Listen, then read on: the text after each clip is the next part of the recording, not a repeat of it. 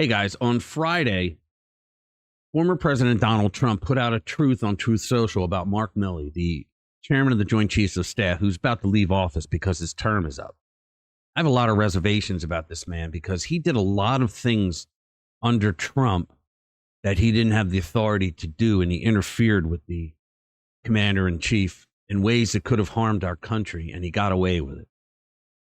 So he wrote, Mark Milley, who led perhaps the most embarrassing moment in American history with his grossly incompetent implementation of the withdrawal from Afghanistan, costing many lives, leaving behind hundreds of American citizens, and handing over billions of dollars of the finest military equipment ever made, will be leaving the military next week. This will be a time for all citizens of the USA to celebrate. This guy turned out to be a woke train wreck who, if the fake news reporting is correct, was actually dealing with China to give them a heads up on the thinking of the President of the United States. This is an act so egregious that, in times gone by, the punishment would have been death. A war between China and the United States could have been the result of this treasonous act. Be continued. Let's get into it. Hey guys, welcome back. So first off, I want to point out that the chairman of the Joint Chiefs of Staff, General Mark Milley, definitely suffers from Trump derangement syndrome. He must have been watching and listening to too much NPR and Bill Maher at the time to be grounded in any reality with the former commander-in-chief. It was said that Milley tried to interfere with Trump's negotiations with the Taliban on a withdrawal from Afghanistan. Donald Trump made a campaign promise to end the never-ending wars and to get us out of Afghanistan, and he was working on it with a plan that would have kept a contingency of military personnel behind to run the Bagram Air Base. Milley and a lot of other generals of his ilk were against it, but Trump was the commander-in-chief, and he made the call. Now, I saw this in writing a couple of years ago, to be honest, but it's been scrubbed from the internet, and it was from a legitimate news site, but to be honest, I can't find it anymore. But what I saw was that Milley, who does not have a command structure, that he contacted his friends at the Pentagon while Trump was in negotiations with the Taliban over our withdrawal and got them to run night raids, special forces, and drone strikes on Taliban positions in the hopes of pissing them off enough to leave the negotiating table. Now, if that is true, I think Milley should have been court-martialed and sent to prison because he had no right to interfere in something the commander-in-chief was working on. Trump was trying to get us out of another war, not into one. And maybe that was the problem with Milley and all the other establishment general friends of his at the Pentagon. But there was another incident that wasn't widely reported. In military news, a letter from former military officers was published that was kind of like an open letter to Mark Milley. It became apparent that these were left-wing former military officers who hated Trump.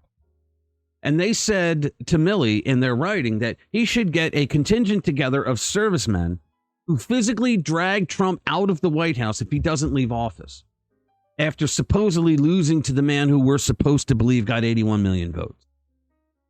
I know the guy who spearheaded that argument that Trump wasn't going to leave was Bill Maher on his show. He said it all the time, that Trump would not leave the White House if he lost. Nobody was harder on that man, I don't think. And honestly, nobody was more, had their hair on fire about what was going to happen as far as him not believing in democracy and not wanting to leave. I don't think he's leaving. Even if he loses the election in 2020, he could lose by a landslide in 2020, and I still think he would say it's rigged, fake news, deep state. If Trump loses the election in November, he's not going to leave. Trump never once said that he wouldn't leave. All he did was said that the election was rigged, that the Democrats stole it, and that he wanted to hold off the certification of the several states where all of us know that there were a lot of irregularities and a lot of shenanigans and some laws were broken. It is a fact laws were broken, especially in my state of Pennsylvania. So these things demonstrate that Mark Milley suffers from Trump derangement syndrome, probably at level 7, which is the highest known recorded level of the dreaded disease. true. But what Trump was talking about here in his post at Truth Social was Milley actually called his Chinese counterpart and told him that there was no way he would allow Trump to attack China, and that if it were to happen, he would call him in advance to let him know. Now, how do we know that he did this? Because he admitted it. He admitted it under oath, and he tried to defend it. Now, since Bob Woodward's book came out exposing that little treasonous act, Milley has argued that making that phone call was a part of his job description. I'm not kidding. I'm sorry, but that's a load of horse shit. It is not the job of the chairman of the Joint Chiefs of Staff, whose job is to give guidance to the president and the Secretary of Defense. It's not his job to make up his own directive, his own wording to pass on to his counterpart in the Communist Chinese Liberation Army that undermines the United States president, the commander-in-chief. Trump is right. This phone call could have caused a war between China and the United States.